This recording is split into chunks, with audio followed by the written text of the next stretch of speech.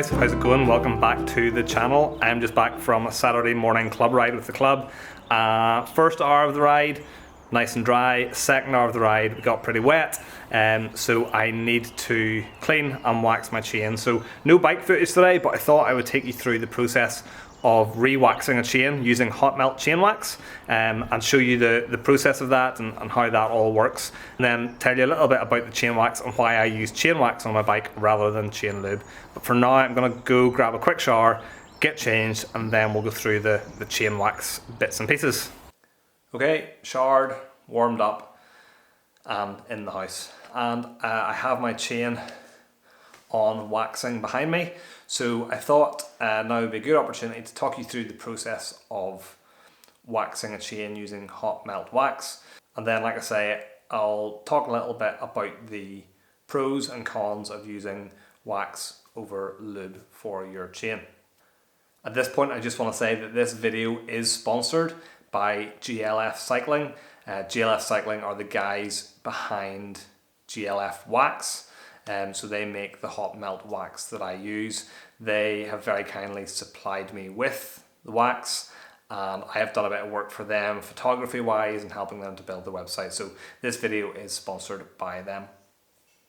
And make sure you watch to the end of the video, because I will have a little giveaway and a discount code for their store. So as I mentioned, it was a bit of a wet ride this morning. And one of the things I just wanted to show right away, I'll stick a little video in here. As soon as I came home from my ride, I wanted to see what state the chain was in. And as you can see, the chain was still pretty clean. So despite it being a wet, dirty ride, you can see the rest of the bike is pretty stinking, but the chain is very clean. Had that been a normal lubed chain, it would have picked up all the dirt off the road and would have been black and would have been horrible. So you can see right away the chain's pretty clean. Okay, so the process I'm going to show you is for a chain that's already waxed. If you don't have a waxed chain, there are a couple of things that you can do. One is you can use your existing chain and just take it off the bike and really clean it down with some strong solvent, get it really, really clean, clean your whole drivetrain, get it nice and sparkling clean before you do this. Or you can buy pre-waxed chain, in which case you take your existing chain off, give your drivetrain a real good clean, make sure the cassette, the mech, the jockey wheels, the front chain ring, make sure everything's really, really clean before you put a newly waxed chain on. But like I say, my process is for a chain that has already been waxed. And then there are a few things you will need for this process. You will need a chain to use, either a pre-waxed chain or a completely clean chain or a brand new chain, but you still would need to run it through some solvent to clean some of the factory chemicals off it. But you need a chain that's ready to be waxed, you need some wax, and you need a slow cooker. Don't use the slow cooker that you normally use for cooking your food in, obviously, but get a separate little slow cooker just for the wax. You will also need a little hanger of some description to be able to put the chain into the wax and lift it out of the wax and hang it to dry, and you will need quick links for your chain, so make sure you have all that stuff ready before you go down the route of waxing your chain. But anyway, the first thing I'm going to do is get a microfiber cloth and dry off the chain and dry off any kind of excess water that is on the chain. Then I'm going to take the chain off my bike, so I have a little quick link on the chain, so it's just a matter of popping that quick link off and taking the chain off the bike. At this point, you could strip the old wax, so you could put the chain into some boiling water and strip off the old wax and lift it out and dry it. However, I'm not going to do that. I'm just going to put it straight into the wax. So I do have a slow cooker with some wax in it already, so it's just a matter of taking the chain and threading a wire through it. Now you could use an old coat hanger, you could use an old gear cable, something like that, but you do get little wire hangers that you can use. So yeah, I just thread this little wire hanger through, and it's really important that you do that so that you can lift the chain out of the hot wax when it's time to dry it. Also a note, don't put your quick links into the wax. I did nearly make that mistake a couple of times, and then realised, oh well, how would I get them out afterwards? So don't put the quick links in. So you just pop the chain in, set it on top of the cool hard wax in the slow cooker, and then switch your slow cooker on and then leave it for a couple of hours.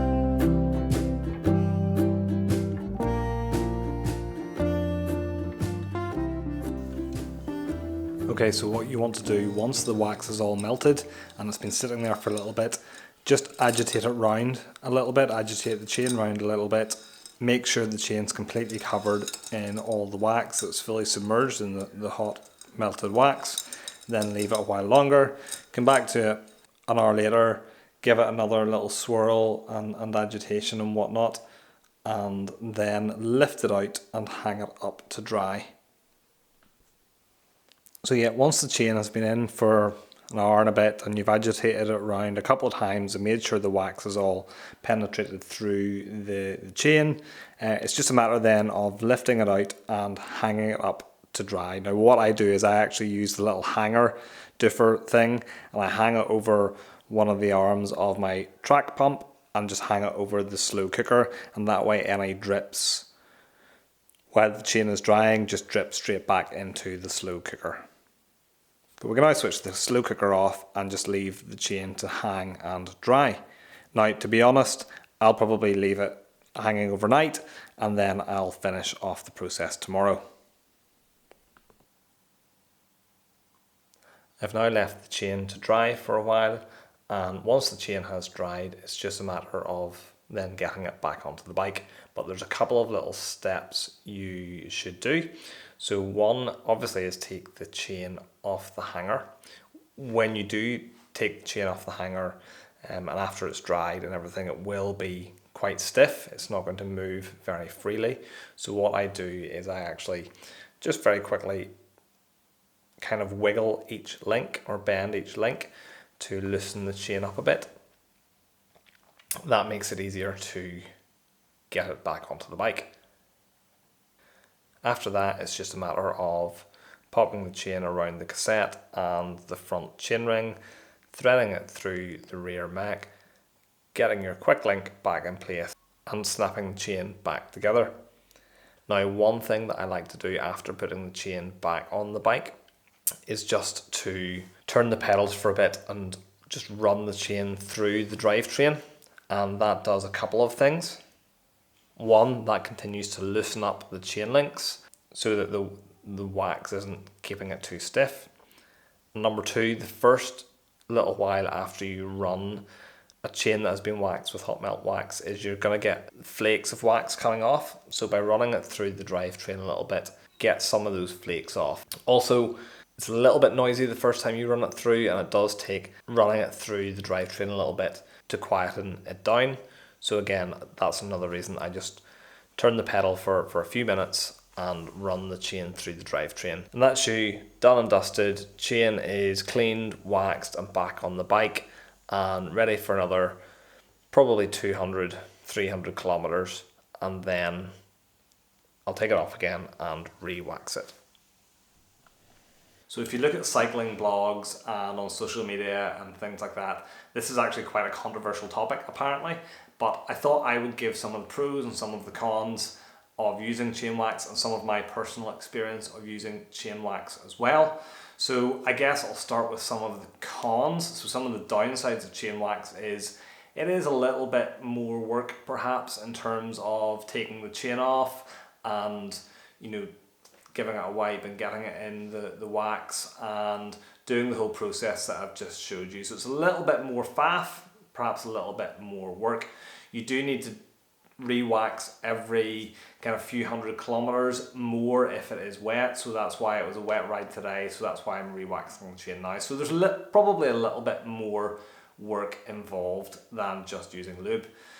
There's probably a little bit more upfront cost involved. You have to buy the wax, you have to either buy a new pre-waxed or a new chain and do all the bits and pieces to prep that, or you have to buy the degreaser and all that kind of stuff to fully clean your drivetrain and your existing chain, although you probably should have that and be doing that anyway.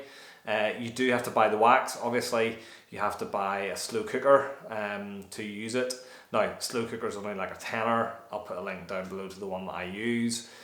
The wax is £25. Again, links are all down below. So there's a little bit more upfront cost in doing it.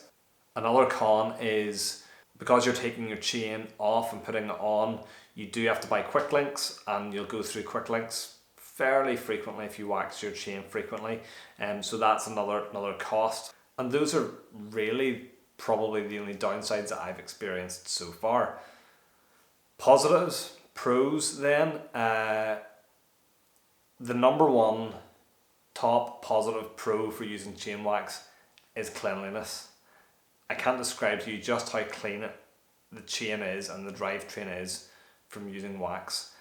For years I've been using lube and the chain gets all black and gunked up, especially in kind of wet weather. It picks up all the stuff off the road. No matter how frequently you clean and re-lube your chain, after a ride it's getting dirty again right away. And you should be cleaning it frequently, yes, but it's so dirty. And if you drop a chain while you're out, or if you have to, you get a puncture at the back and you have to take your back wheel out and you're faffing around with the drivetrain and chain and your hands get stinking. So cleanliness, the waxed chain is super clean. That's the absolute top priority for me. That's the main reason I use it, is how clean it keeps the drivetrain. Another pro, which I can't really speak to, is apparently a good waxed drivetrain, chain, that whole thing does save you some watts. Now, I don't know about that, because although I have a power meter, I'm not using it, to monitor that kind of thing. So supposedly that's the case, but I don't know for sure. Another tip is the drivetrain runs really smooth and really quiet. After you wax initially, as you'll have seen, I do spin it around for a bit, get all the flakes off, and it's a bit noisy when doing that. And when you first ride after re-waxing, it's a little bit noisy, but then it settles down and it's a really smooth, quiet ride. The final pro, I guess, one of the cons, or a couple of the cons, were about initial upfront cost for slow cooker, for wax, for cleaning, for quick links, all that kind of stuff. But the pro that offsets that is if you properly maintain and wax the chain frequently and keep it in good nick and keep it waxed, and because it's keeping the whole drivetrain clean and you're not getting loads of gunk around your cassette and around your jockey wheels and your derailleur and that sort of thing, it means that it increases the longevity of your drivetrain.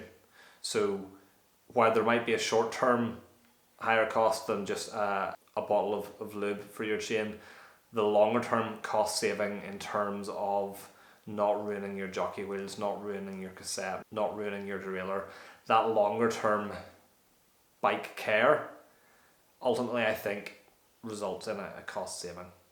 So that's it. That's my, I guess, pros and cons and the reasons that I use the chain wax. And like I say, I specifically use the chain wax from GLF Cycling. They have sponsored this video and they have given me wax to use, and I've done some work with them photography wise, so just for full disclosure on that. But yeah, I find the wax really good and really great to use. I should say that I only use the wax at the minute on my good road bike, on my Canyon.